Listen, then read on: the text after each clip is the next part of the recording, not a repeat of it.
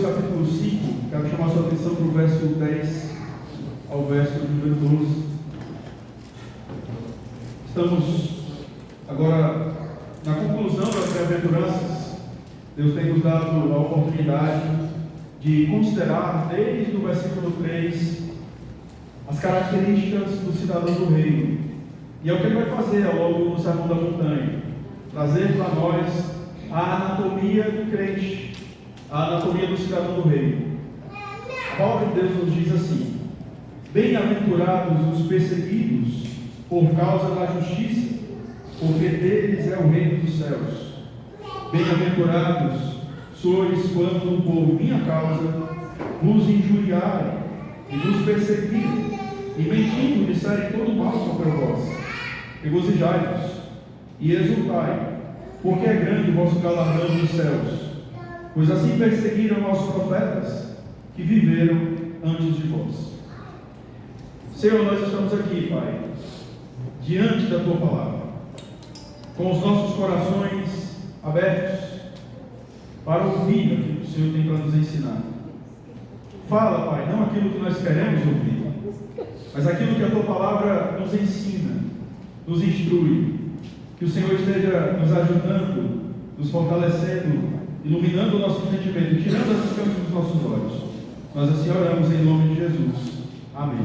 Amém. Meus queridos irmãos, não tem como nós olharmos para esse texto, e ele é bastante claro conosco, quando trata da nossa condição nesse mundo, quando nos mostra que nós, enquanto cristãos, não teremos uma vida fácil. É claro que a expressão disso ela vai variar de acordo com o local onde você esteja. Hoje nós estamos numa região que nos possibilita, por exemplo, fazermos um culto exposto da forma como nós estamos. Estava conversando com uma família antes do culto começar, e lembrando que muitas pessoas chegaram aqui passando em frente. Elas viram a placa da nossa igreja e ficaram curiosas e vieram, nos visitaram. Mas existem lugares no mundo onde as pessoas, neste exato momento, elas estão reunidas em lugares escondidos, porque elas não podem se expor. Mas não é por conta disso que nós não sofremos aqui oposição, perseguição de alguma forma, porque a palavra de Deus ela já mostrou isso para nós.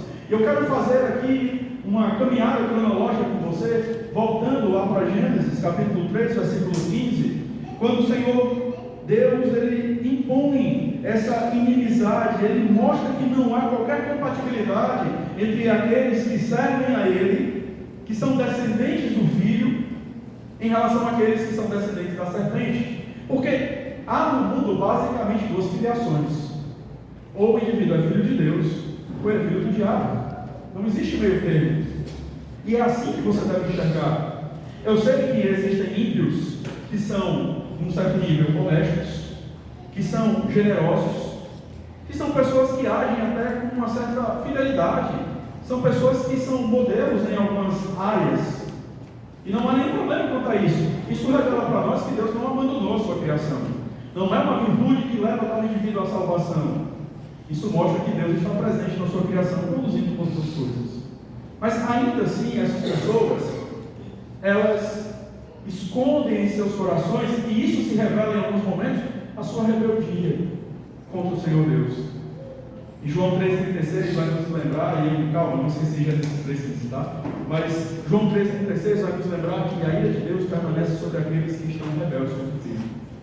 Essa é a relação. Veja, Gênesis 3,15, o Senhor diz: porém, pisar entre ti e a mulher, entre a tua descendência e o seu descendente, este te ferirá a cabeça e tu lhe ferirás o calcanhar. Não há uma relação de plena paz, não há uma relação de plena paz, porque temos convicções diferentes, servimos a deuses diferentes, cosmovisões, as nossas visões de mundo, elas são absolutamente diferentes. O caráter do Filho de Deus vai na contramão do caráter de pessoas que não conhecem a Deus, não conhecem o Senhor. Quando nós então olhamos para o Antigo Testamento ainda, vemos este aspecto histórico importante lá em Gênesis 3, nós percebemos os sofrimentos do povo de Deus ainda no Antigo Testamento. Nós vemos o caso emblemático dentro da própria família, quando Caim se levanta para matar o seu próprio irmão. E é muito interessante porque essa narrativa está dentro de um contexto de adoração. Deus havia rejeitado Caim, a sua oferta, ao passo que tinha aceitado a oferta e a vida de Abel.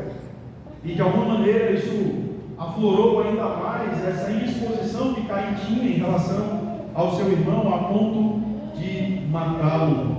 Nós vemos o caso de José, que foi perseguido pelos os seus próprios irmãos, que tentaram no primeiro momento matá-lo. Depois, por uma intervenção de um outro irmão, ele foi vendido aos amalequitas. Depois ele chegou até ao Egito, e lá ele ainda assim foi injustiçado. Nós temos o caso do profeta Elias, que foi ridicularizado e desprezado por causa da sua fidelidade ao Senhor. Falado acerca dele, num certo momento, verso 17 diz: vendo, disse-lhe: és tu o perturbador de Israel. Nós vemos o caso de Neemias, nós vemos o caso do próprio povo de Deus voltando do exílio babilônico, quando recebeu a ordem do Senhor de reconstruir a sua vida religiosa, e ali eles encontraram os samaritanos que causaram muita dor, muita angústia. O que eu quero mostrar aqui é o povo de Deus enfrentando oposição desde as páginas do Antigo Testamento. Não é algo novo, porque há uma relação de inimizade entre aqueles que servem ao Senhor e aqueles que não servem ao Senhor. Nós olhamos o Novo Testamento e vemos o nosso Redentor sofrendo forte oposição. Chamaram Jesus de beberrão, chamaram Jesus como alguém que tinha um pacto com Beelzebul. Jesus foi ridicularizado através de perguntas como do tipo: é este o filho do carpinteiro? Acaso pode vir algo bom de Nazaré? Então ele sofreu oposição. Nós vemos o caso de Estevão, que foi morto apedrejado. Os apóstolos, que demonstra a história nos mostra, muitos foram crucificados de cabeça para baixo, outros foram decapitados, outros foram lançados de monumentos altos. É o caso de Tiago, conforme nos mostra o texto lá de Atos. Quando nós olhamos para a igreja primitiva, a igreja ela sofreu forte oposição, já naquele período, ainda ali sobre o Império Romano. A história conta que no dia 18 de julho do ano 64, um imperador chamado Nero, ele resolveu incendiar Roma.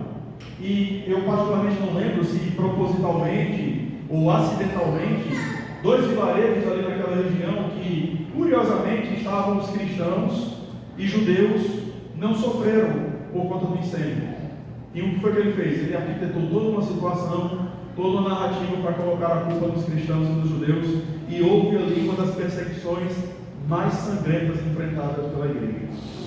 Pessoas foram enroladas em peles de animais e jogadas nos coliseus para serem devoradas vivas. Pessoas foram decapitadas vivas. Alguns tiveram suas línguas arrancadas. Você pode estudar isso na história da igreja.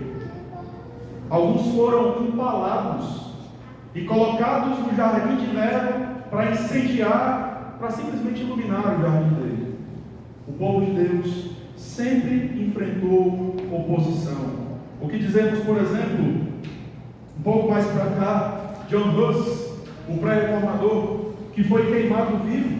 O que falamos, por exemplo, dos huguenotes, protestantes franceses, que na conhecida noite de São Bartolomeu, cerca de 3.000 protestantes foram brutalmente assassinados por conta da sua fé. O que dizemos hoje de países fechados, como a Coreia do Norte, que conhecidamente tem campos de concentração? E é importante, irmãos, nós nos lembrarmos disso. É importante nós nos lembrarmos disso para sermos gratos pela liberdade que nós temos aqui. Enquanto estamos aqui nessa comunidade, e com isso, por favor, eu não estou falando isso para que você olhe para essa situação e deixe de ser grato a Deus pela liberdade que você tem. Mas é fato, nós temos irmãos que neste exato momento estão em campos de concentração por causa da sua fé. Que neste exato momento estão sob a escolta de rebeldes, ameaçando com um facão, matar os filhos, violentar as esposas por causa da fé. Às vezes a gente esquece dessas coisas, mas é um fato. Essas coisas têm ocorrido e a palavra de Deus já nos mostra exatamente isso. Enquanto estivermos aqui, nós enfrentaremos lutas, enfrentaremos perseguições. Conforme nós falamos, aqui nós enfrentamos situações não sangrentas, mas ideológicas, e que servem como aspectos de percepção. Se você emite uma opinião conservadora à luz das Escrituras, se você emite um posicionamento, por exemplo, relativo à relação heterossexual, ou um posicionamento acerca da sexualidade, aquilo que a Escritura nos mostra, aquilo que a Escritura fala acerca do aborto, você certamente será acusado como alguém que odeia as mulheres, como alguém que odeia as pessoas, e você vai ser perseguido por isso. Alguns, por exemplo, não vão se desenvolver academicamente de maneira fluida, porque tem posicionamentos contrários ao do seu orientador ou majoritário ali, e isso vai servir como meio de ridicularização. Portas serão fechadas. Todos nós sofremos perseguições, seja de um grau mais explícito ou não, de uma maneira ou de outra. Nós chegamos na última bem-aventurança. O versículo 10 aí nos diz: bem-aventurados os perseguidos por causa da justiça, porque deles é o reino dos céus. O que nós veremos aí no versículo 11 não é uma outra bem-aventurança, mas é uma explicação da bem-aventurança que nós, ou um desenvolvimento argumentativo daquilo que nós vemos no versículo 10. Anteriormente nós vimos bem-aventurados os pacificadores, e o que nós veremos hoje é que os pacificadores, eles serão perseguidos por causa da justiça. E é muito importante, irmãos, nós termos uma compreensão clara de quem não se enquadra aqui. Primeiro, malfeitores perseguidos por seus crimes.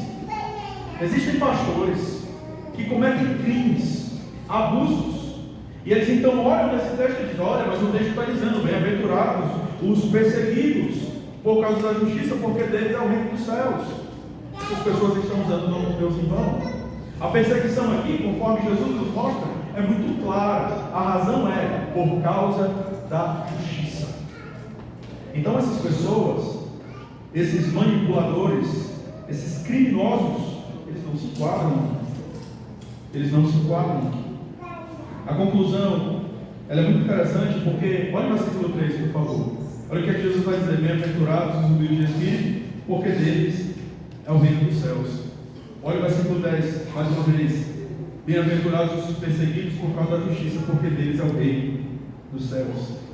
Jesus começa e termina com a mesma conclusão: porque deles é o reino dos céus.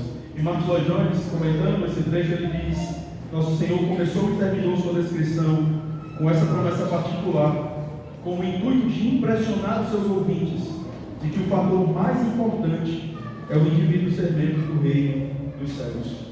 Não há maior honra para nós do que sermos cidadãos do reino. Não há maior honra para nós do que sermos achados em Cristo Jesus. Eu sei que nós temos as nossas profissões, os nossos alvos acadêmicos e tudo mais, mas não há maior honra dos meus irmãos. Não há maior glória do que conhecermos o nosso Senhor Jesus. Saber que nele nós somos encontrados e somos filhos de Deus, herdeiros de uma grande promessa. Bom, nosso tema é perseguidos, mas triunfantes. E em primeiro lugar, nós vamos olhar para o texto, obviamente, e vermos expressões da perseguição sobre os crentes. Em primeiro lugar, nós vamos ver expressões da perseguição sobre os crentes. Olha o versículo número 11, por favor. Bem-aventurados sois quando por minha causa vos injuriarem e vos perseguirem e mentindo disserem todo mal contra vós. Injúrias, palavras com o intuito de maltratar alguém, ataques contra a honra de uma pessoa. Não foi exatamente isso que Cristo sofreu? Não foi exatamente isso que foi desferido contra o nosso Redentor? Ele foi chamado de beberrão, ele foi chamado de endemoniado. Muitos descredibilizaram o seu ministério, ou buscaram descredibilizar o seu ministério. Os crentes, ao longo da história, em um certo momento, eles foram chamados de canibais. Porque é interessante isso, né? Nós defendemos a ceia, obviamente, e entendemos que a ceia é o corpo e o sangue do nosso Redentor. Sabemos que isso não é literal, mas houve um momento na história que os romanos pegaram isso, e naquela época os crentes eles não se reuniam explicitamente. Então eles diziam, eles se reúnem nas cavernas para comer o corpo de gente morta e tomar o sangue de gente morta. E os crentes, eles eram ridicularizados publicamente por isso. Injúrias por causa da justiça, mentiras. Alguém que deturpa a verdade, os cristãos sofrem até hoje por esse tipo de mal. Veja, maledicência, quando a palavra de Deus nos mostra, disser todo mal contra vós. Talvez você já sofreu por causa disso. Talvez você já foi ridicularizado no seu ambiente de trabalho, ou talvez você já foi ridicularizado no seu condomínio, talvez você já foi excluído de uma determinada confraternização por causa da sua fé, por causa dos seus posicionamentos. E eu sei, meus irmãos, isso causa angústia, isso muitas vezes nos causa tristeza, talvez até mesmo na sua família.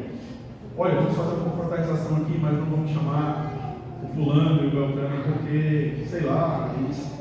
E é claro, há confraternizações que não vale a pena nós estarmos presentes. Mas o que eu falo é desse distanciamento, dessa acepção que muitas vezes nós sofremos por conta da verdade.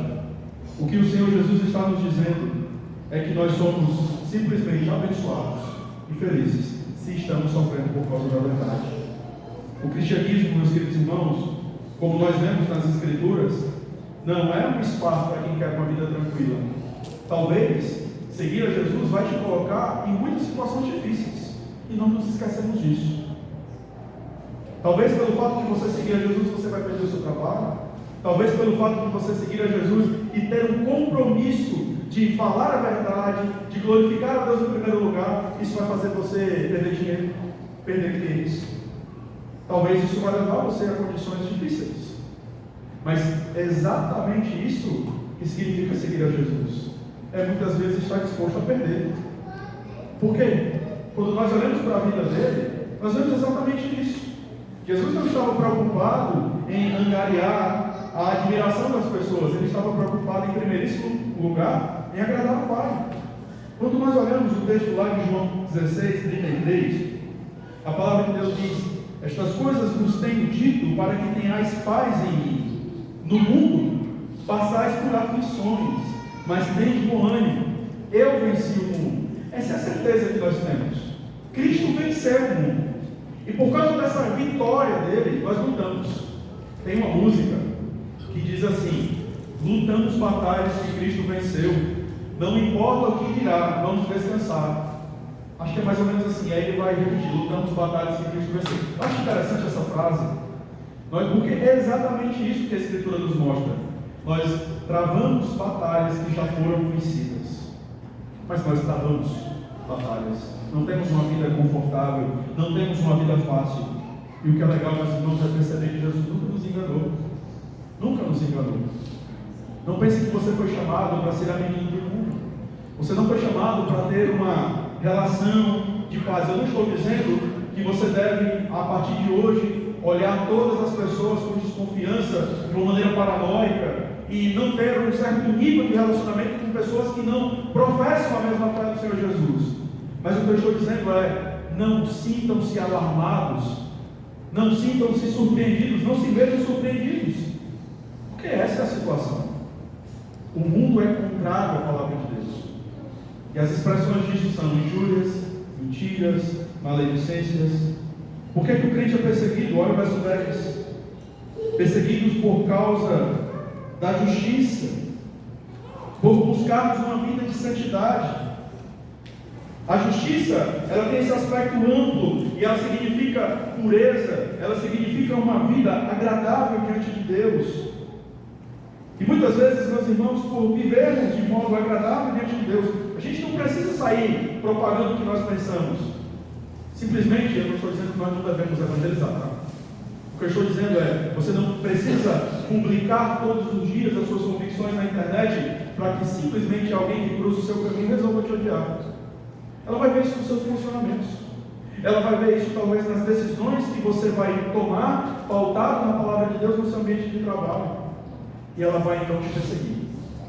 Ela vai então querer te ridicularizar, querer te expor as tuas falhas, expor as tuas debilidades. Mas é isso que a Escritura nos mostra. Aqueles que querem viver piedosamente serão perseguidos. Entenda, muitas vezes nós pensamos assim: pastor, mas será que se nós formos mais perseguidos, nós seremos mais fiéis a Deus? Não. Se formos mais fiéis a Deus, nós seremos mais perseguidos. Se formos piedosos, tal como a Escritura nos mostra, isso vai nos colocar muitas vezes numa situação difícil. Gente que vai deixar de falar com você, às vezes até dentro da igreja, às vezes até no meio da cristandade, à nossa volta. Pessoas que simplesmente se incomodam pelo fato de que nós cantamos os salmos. E em nenhum momento aqui, meus irmãos, nós temos falado, e eu tenho batido nessa tecla, abrindo esse parênteses, nós não somos melhores do que as outras igrejas que estão à nossa volta. Nós queremos agradar a Deus, nós queremos servir ao Senhor com fidelidade, mas nós não entendemos que a salvação ela se restringe à aliança ou ao manancial. Cristo é o Salvador. Mas algumas pessoas simplesmente vão resolver olhar para nós e aquela igreja de gente radical, e a gente ouve cada coisa. Tantas pessoas já chegaram aqui e falaram: pastor, será que não é para eu vir para cá? Porque o senhor até esquerdista já disseram que eu sou. Eu confesso que isso aí eu me senti ofendido nesse dia. Me chamar de napolitano, radical, isso aí não, mas esquerdista não. Eu fico pensando até onde as pessoas vão no intuito de difamar, no intuito de querer destruir a credibilidade, a imagem, a reputação. E nós simplesmente descansamos no Senhor, porque ninguém foi mais injuriado do que ele, ninguém foi mais humilhado do que ele, porque ninguém veio de tão alto quanto ele. Nós seremos perseguidos por simplesmente nos identificarmos com o nosso Salvador. Bem-aventurados sois quando por minha causa nos injuriarem, nos perseguirem, mentindo e disserem todo mal contra vós. A nossa lealdade a Cristo vai nos colocar muitas vezes numa situação difícil. Olha o que diz o texto de João, capítulo 15, versos 18 e 19.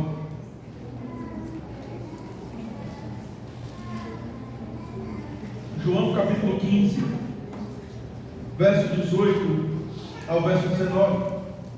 Se o mundo vos odeia, sabei que primeiro do que a vós outros me odiou a mim.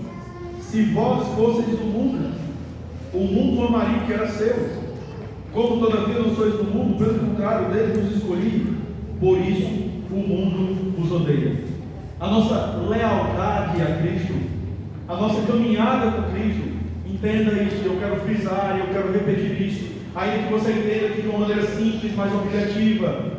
Caminhar com Cristo vai nos levar a uma situação muitas vezes desconfortável. E que bom!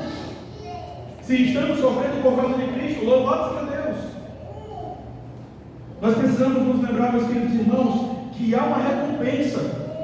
Olha o que diz o verso 12: regozijai-vos e exultai, porque é grande o vosso galardão nos céus, pois assim perseguiram os profetas que viveram antes de vós. Ao mesmo tempo que Jesus aponta a nossa conduta e recompensa, ele aplica o próprio sermão, né? Ele nos direciona sobre qual deve ser a nossa conduta em meio a toda a situação.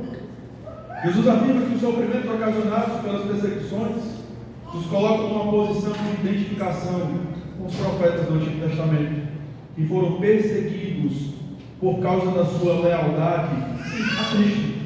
Mas eles não conheciam Cristo tal como nós conhecemos, sim. Eles conheciam Cristo por meio dos símbolos.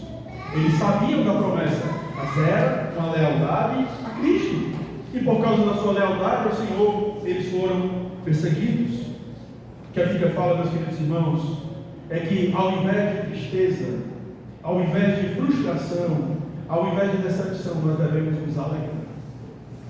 Nos alegrar por quê, pastor? Porque é grande o nosso galardão dos céus. Porque o céu servirá como uma recompensa maravilhosa para todos nós. Bem-aventurados, depois ele fala, regozijai-vos, exultai, trazendo essa mesma perspectiva da alegria indizível, essa alegria superlativa que nós devemos ter no Senhor. Veja o que diz 2 Coríntios 12, versículo 10. Pelo que sinto prazer nas fraquezas, nas injúrias, nas necessidades, nas perseguições, nas angústias, por amor de Cristo, porque quando sou fraco, então é que sou forte. 2 Pedro 4, 12 e 13. Amados, não estranheis o fogo ardente que surge no meio de vós, destinado a provar-vos, como se alguma coisa extraordinária estivesse acontecendo. Pelo contrário, alegrai-vos na medida em que sois co-participantes dos sofrimentos de Cristo, para que também na revelação de sua glória vos alegreis exultando. Nós devemos nos alegrar, meus queridos irmãos, por simplesmente duas razões. Primeiro, por causa da grande recompensa que temos. Nós temos trabalhado essas recompensas, conforme nós temos visto aqui, ou as consequências das bem-aventuranças, sempre nessa perspectiva presente e futura. Porque a palavra de Deus ela vai nos mostrar, por exemplo, no verso 3, porque deles é o reino dos céus, esse reino que já é desfrutado hoje e que será desfrutado amanhã plenamente. Da mesma forma que essa recompensa que teremos amanhã, mas essa recompensa que já temos hoje, o céu é nosso hoje. E tem um hino, do nosso hinário presbiteriano que diz assim: depois que Cristo me salvou, em céu o mundo se tornou. Até no meio do sofrer eu tenho paz no meu viver. Nós já desfrutamos deste reino hoje, claro que não plenamente, mas nós já temos o nosso Redentor, porque é Ele que dá significado ao céu. Você sabe muito bem, se você já estudou escatologia, você sabe muito bem que o céu não é a nossa última parada nessa jornada. O céu, tal como nós temos hoje, é um estado intermediário. Aqueles nossos irmãos que estão lá, e nós que estamos caminhando para lá, nós não vamos ficar lá para sempre. Pastor, como assim? Parece que o senhor está falando heresia. Mas o céu não é o que nós almejamos? Sim. Mas o céu é um período, porque há uma separação do corpo e da alma. E a Bíblia fala de uma ressurreição. E ela fala também de um novo céu e uma nova terra. Então a parada final para nós não é o céu. O céu é um período. O céu é um tempo. Nós ressuscitaremos e estaremos para sempre nessa terra restaurada. É aqui onde nós estamos. A nossa escatologia reformada diz isso. A Escritura fala isso para nós. Então não estranhe isso. Então nós estamos caminhando para lá. Mas qual o ponto que eu quero trazer? O céu só é céu porque Cristo está lá. E depois ele vai sair de lá. Ele vai vir para cá. E não é que ele não vai estar em todos os lugares. Ele continua sendo Deus onipresente. Mas ele estará aqui. E é isso que tornará essa terra tão maravilhosa. É a presença do nosso Redentor. Lembra quando Moisés está falando com Deus? E Deus está dizendo para ele subir e ele continuar a trajetória dele. E Moisés diz algo mais ou menos assim: se o Senhor não for conosco, não faça a gente subir. Em outras palavras, ele está dizendo: a terra prometida ela só é maravilhosa porque o Senhor vai estar lá conosco. Porque o Senhor está conosco hoje. Então, meus queridos irmãos, onde é que eu quero chegar? Cristo está conosco hoje. E por causa disso nós podemos desfrutar, ainda que não plenamente, nós podemos desfrutar desse céu hoje. Porque a sua presença gloriosa está comigo. O domingo é quando nós desfrutamos de uma fagulha. O dia do Senhor é isso. É o desfrute de uma fagulha, desse desfrute que teremos por toda a eternidade na presença dele. Por isso nós devemos nos alegrar. Devemos nos alegrar diante do Senhor. Então eu quero trazer algumas aplicações aqui. Primeiro, considere esse privilégio de sua vida. Deus não só nos dá o privilégio de sermos herdeiros de uma grande promessa, Ele também nos dá o privilégio de sofrermos rejeição desse mundo, assim como Ele sofreu. Sofrer por Cristo é um privilégio. Sofrer por Cristo é um presente. E como eu falei para vocês, quem guia as nossas vidas é o Senhor Deus. Sim, Ele vai muitas vezes nos fazer encontrar favor diante dos ímpios, como Ele fez com os seus servos em alguns momentos, mas em outros momentos nós seremos perseguidos. Nós não avançaremos em muitas coisas por causa da nossa fé. Entenda isso. Que não seja por causa da sua negligência profissional, que não seja por causa da sua negligência acadêmica, mas que seja por causa da sua fé.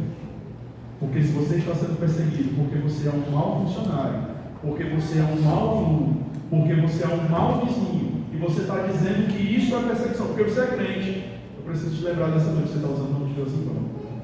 Perseguição, conforme nós vemos aqui, é por causa da justiça. E se é por causa da justiça, eu posso me alegrar no Senhor. É um privilégio. Você deve, meu querido irmão, esperar no Senhor quando você estiver debaixo de perseguição. O seus olhos devem estar fitos no Senhor Deus. O Salmo 123 nos lembra isso. A ti que habitas nos céus, eleva os olhos, como os olhos dos seus servos estão fitos nas mãos dos seus senhores, e os olhos da serva na mão de sua senhora, assim os nossos olhos estão fitos no Senhor nosso Deus, até que se compadeça de nós. Nós devemos olhar para o Senhor. E quando você tiver a oportunidade, o que é que você deve fazer? Fazer o bem. Faça o bem a todos. É isso que a Bíblia fala para nós, as Escrituras nos mostram. Não devemos pagar o mal com o mal. Nós devemos olhar para o Senhor e esperar a justiça que vem do Senhor Deus. Peça ao Senhor que abra os seus olhos para ver quão abençoador é servir como testemunho vivo do amor de Cristo. Nós fomos chamados para sermos sal e luz nesse mundo. É o que veremos a partir do próximo domingo. A partir daquilo que o verso 13 até o verso 16 vai nos mostrar. Enquanto estivermos nesse mundo, fomos chamados, colocados aqui para refletir o caráter de Cristo. Você deve testemunhar o Evangelho, mesmo debaixo de oposição. Mesmo debaixo de oposição. Sabe qual é o meu medo? É nós, como igreja, nos fecharmos no nosso gueto, nos fecharmos aqui e desconsiderarmos o fato que nós precisamos influenciar as pessoas. Como que o sal vai salgar se ele está dentro do saleiro?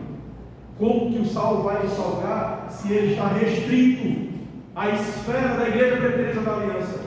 E nós que estamos plantando a igreja, nós precisamos orar a Deus e pedir a Deus e trazer pessoas para cá que não conhecem o Evangelho para que eles ouçam. Mas não apenas trazê-los, sermos também portadores dessa mensagem. Falar de Cristo para o nosso vizinho, falar de Cristo para os nossos amigos do trabalho. Rejeite esse falso evangelho que prega que crente tem que ser amigo do mundo. Lembre-se que quanto mais piedosos nós formos diante de Deus, mais nós seremos perseguidos.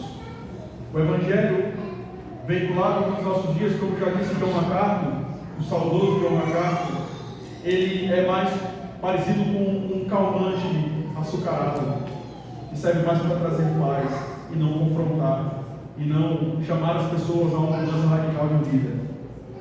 Infelizmente nós vivemos essa realidade onde muitos querem ser amigos do mundo. Rejeite esse evangelho. Não esqueça quem está com você hoje, Cristo Jesus. Ele está conosco em todos os momentos. Você tem lidado com dificuldades relativas à sua fé? Pessoas que têm desprezado você, você pode recorrer ao Supremo Profeta, porque ele sabe o que é desprezo. Pessoas têm injuriado você no seu ambiente de trabalho, na faculdade, na escola, por causa da sua fé. Eu quero dizer que você tem um Redentor que passou por todas essas coisas. Ele sabe o que você está passando. Nós podemos esperar dele a capacitação para lidarmos com situações assim. Mas nós não apenas temos esse desfrute dessa recompensa hoje, nós teremos essa recompensa amanhã. Aquilo que é chamado na teologia do já e o ainda não. Eu já desfruto, mas ainda não plenamente. Puritano Thomas Brooks, ele diz: o céu compensará tudo. Olha o que Paulo vai dizer em Romanos 8,18: porque para mim tenho por certo que os sofrimentos do tempo presente não podem ser comparados com a glória a ser revelada em nós. Paulo diz lá em Romanos 12:12: regozijai-vos e exultai, porque é grande o vosso galardão. Romanos 12:12 diz: regozijai-vos na esperança, sede pacientes na tribulação, na oração perseverança. O puritano F. ele fala que o céu, no final, será uma recompensa abundante por todas as dificuldades que enfrentamos no nosso caminho. Isto é o que tem sustentado os santos sofredores de todas as épocas, esta alegria que está diante deles. Então, meu querido irmão, lembre-se disso.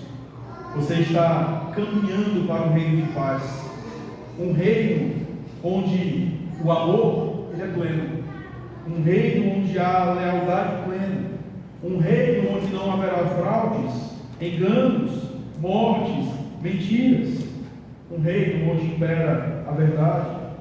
Você está caminhando para um reino onde você será plenamente consolado. A Bíblia fala que Ele enxugará dos nossos olhos toda lágrima. E quando estivermos aqui, nós estamos suando, trabalhando. Eu não estou dizendo que aqui vai ser só dor. Eu não estou dizendo que aqui vai ser só luta e dificuldade. Não. O Senhor, pela sua graça e misericórdia, Ele nos proporciona momentos de refrigério. Ele é o nosso pastor, que nos levará em muitos momentos a águas tranquilas. Ele faz isso por meio de amizades, na verdade, amizades piedosas. Ele faz isso nos dando uma igreja bíblica que nos acolhe, que nos ensina, que nos instrui, nos dando pastores, nos dando uma liderança bíblica. Sim, há momentos de refrigério, mas nós viveremos nessa tensão. Ora refrigério, ora dor, ora alegria, ora sofrimento. Nós não viveremos plenamente em paz nesse mundo, porque esse mundo é contrário à palavra de Deus. Ou então você simplesmente ignora todas as coisas e você abre concessões e se torna amiguinho do mundo, e aí a sua vida vai estar relativamente tranquila por um lado, mas você vai estar em pecado diante de Deus. Deus te lembra nessa noite que você é um peregrino nesse mundo. Você não foi chamado para construir impérios. Você não foi chamado para que o seu estágio final seja aquele concurso público que você tanto almeja, para que você ganhe 30, 40 mil. Eu fico às vezes preocupado, e eu não sou contrário, tá, a concursos, por favor, eu não sou contrário a isso. Mas eu fico preocupado quando parece que essa é a única temática do nosso coração. Irmãos, nós somos peregrinos nesse mundo. Nós vamos passar. E por favor, não fiquem encabulados de recomendar algum concurso para os irmãos na minha frente. Não tenho dificuldade com isso. Eu tenho dificuldade quando a gente se esquece que há um céu a ser desfrutado. Quando nós nos esquecemos que somos peregrinos nesse mundo, estamos passando aqui. Concurso é bênção, mas não é a palavra final da sua vida, é um meio, é um instrumento.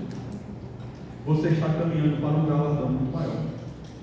Você está caminhando para um reino muito maior, onde você verá o Senhor. Não é isso que fala a palavra do Senhor Deus? Olhem mais uma vez o versículo 8. Bem-aventurados os limpos de coração, porque verão a Deus. É isso que a palavra fala. Nós já vimos naquela ocasião, quando tratamos sobre isso, que nós veremos a Cristo, ok? João 17, 24, a palavra de Deus nos diz, na oração sacerdotal de Jesus, olha o que Jesus está falando: Pai, a minha vontade é que onde eu estou, estejam também comigo os que me deste, para que vejam a minha glória que me conferiste, porque me amaste antes da fundação do mundo. Sobre os nossos irmãos que estão neste exato momento sob perseguição, e neste exato momento estão sofrendo angústias terríveis na alma, por conta da sua fé. Aqueles que estão agora se encontrando com o nosso Redentor, porque foram decapitados, ou porque foram mortos brutalmente por meio de tiros ou facadas, ou seja lá o que for. A palavra de Deus nos lembra que a morte do crente precisa ser compreendida sobre o que vai dizendo aqui o versículo 24 de João 17. Todas as vezes que o crente morre, o Pai está atendendo a oração do Filho, porque a oração do Filho é: Pai, a minha vontade é que onde eu estiver, estejam também aqueles que nos obedecem. E a morte, meus irmãos, é simplesmente a providência de Deus para nos encontrarmos com o nosso Redentor. O Pai está atendendo a oração do Filho. Então a morte, até a morte, ela é vista de modo triunfante por nós. Então eu preciso de fazer algumas perguntas ainda. Onde está o teu coração? O que você mais anseia? Você tem expectativa de se encontrar com o seu Redentor? Você ama Jesus? Você tem alimentado no seu coração essa expectativa?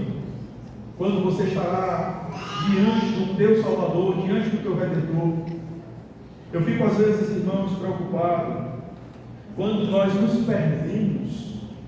E veja, mais uma vez, é muito importante nós termos isso claro, porque dele, por meio dele e para ele são todas as coisas. Qual a finalidade da nossa confessionalidade? Nos levar aos pés do nosso Redentor, nos levar a uma vida de maior piedade, abrir mais os nossos olhos para termos uma vida mais próxima do nosso Salvador, do nosso Senhor Jesus Cristo. Mas a impressão que eu tenho muitas vezes é que nós somos tentados por conta de uma defesa da nossa teologia, parece que nós nos esfriamos na nossa relação com Deus. Precisamos ter cuidado com isso. A nossa teologia ela é maravilhosa. Ela nos aproxima mais do nosso Redentor. E ela deve nos levar, meus irmãos, a um amor cada vez maior e um anseio cada vez maior por nos encontrarmos com o nosso Salvador, nosso Jesus Cristo. Então busque ao Senhor, até que Ele seja totalmente desejável. Ele é o amado de tua alma, Ele é o alvo dos teus anseios.